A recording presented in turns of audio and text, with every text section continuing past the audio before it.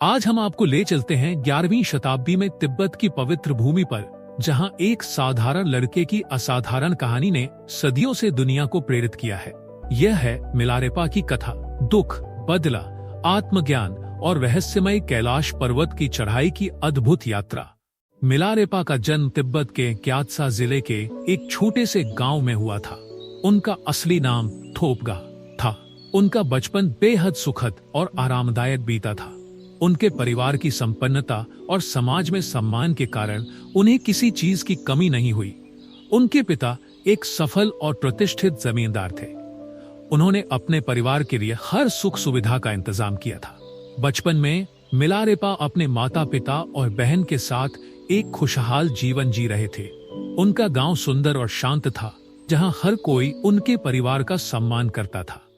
लेकिन उनकी खुशियों को ग्रहण तब लगा जब उनके पिता गंभीर रूप से बीमार पड़े। मृत्यु के समय उन्होंने अपनी संपत्ति और जमीन का अधिकार मिलारेपा के चाचा और चाची को सौंप दिया, यह विश्वास करते हुए कि वे परिवार की देखभाल करेंगे। परंतु यह विश्वास छलावा साबित हुआ।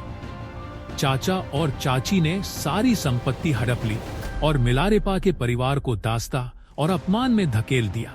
जहां पहले समृद्धि थी, अब केवल कष्ट और गरीबी थी। अपनी मां के आंसू और बहन के संघर्ष को देखकर मिलारेपा का कोमल हृदय दर्द और क्रोध से भर गया। यह अनुभव उनके जीवन का वह मोड़ था जिसने उन्हें अंधकार और फिर प्रकाश की ओर ले जाने का मार्ग प्रशस्त किया। इसके बाद कहानी बदले की राह पर जाती है, जहां मिलारेपा ने तांत्रिक विद्या सीखी और फिर आत्मज्ञान की ओर बढ़े।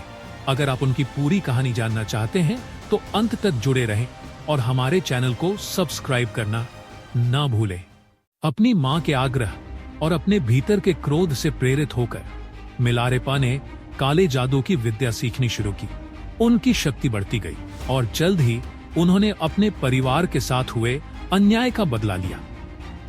मिलारेपा ने अपनी जादुई शक्तियों का उपयोग करके अपने चाचा और चाची के घर को नष्ट कर दिया, जो उन्होंने पहले हासिल किया था। इसके साथ ही उनकी इस ताकत के असर से कई लोगों की जान चली गई और गांव के अन्य घर भी बर्बाद हो गए। इसके अलावा उन्होंने गांव में भयानक ओले गिराए, जिससे फसलें पूरी तरह नष्ट हो गई। लेकिन इन विनाशकारी कार्यों के बाद उनके दिल में गहरी पछतावा और अपराध बोध घर कर गया। उन्होंने महसूस किया कि यह रास्ता केवल और अधिक दुख लाएगा। पश्चाताप से भरे मिलारेपा ने आत्मशुद्धि और मोक्ष की राह पकड़ी। वह मारपा अनुवादक नामक एक महान बौद्ध गुरु के पास गए। मारपा ने मिलारेपा को आत्मशुद्धि और ज्ञान के लिए कठोर मार्ग पर चलने को कहा।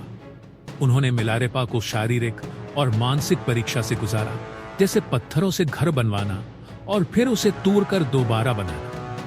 यह केवल बाहरी श्रम नहीं, बल्कि अहंकार को तोड़ने और धैर्य विकसित करने की एक प्रक्रिया थी। अंत में मारपा ने उन्हें तांत्रिक साधना और ध्यान के गहरे अभ्यास सिखाए, जो मिलारेपा को आत्मज्ञान तक ले गए।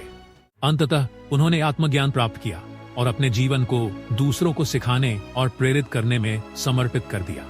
मिलारेपा ने अपनी साधना को परिपूर्ण करने के लिए कैलाश पर्वत की यात्रा की, जिसे दुनिया का आध्यात्मिक केंद्र माना जाता है।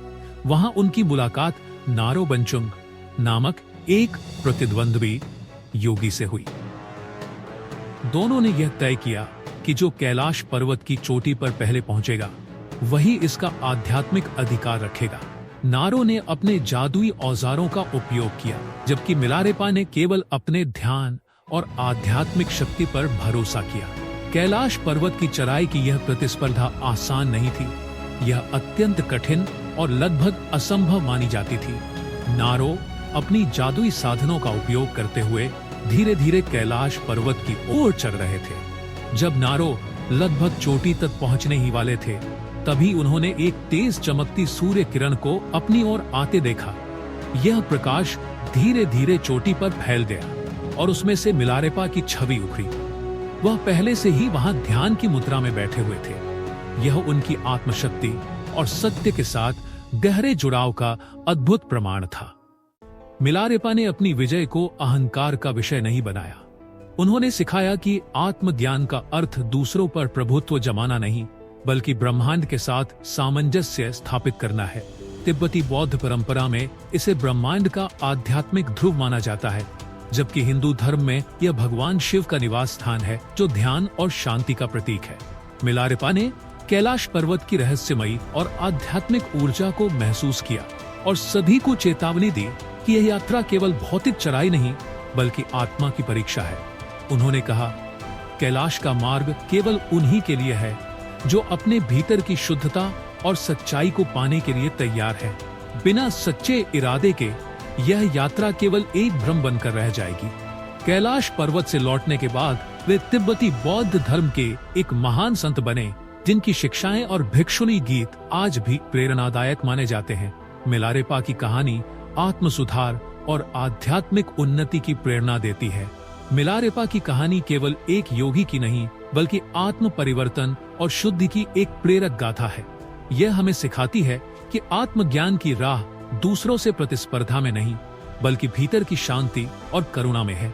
अगर आपको यह कहानी प्रेरक लगी तो हमारे चैनल को सब्सक्राइब करें, लाइक और कमेंट करना न भूलें। अगली बार तक बने रहिए और ऐसे ही प्यार देते रहिए।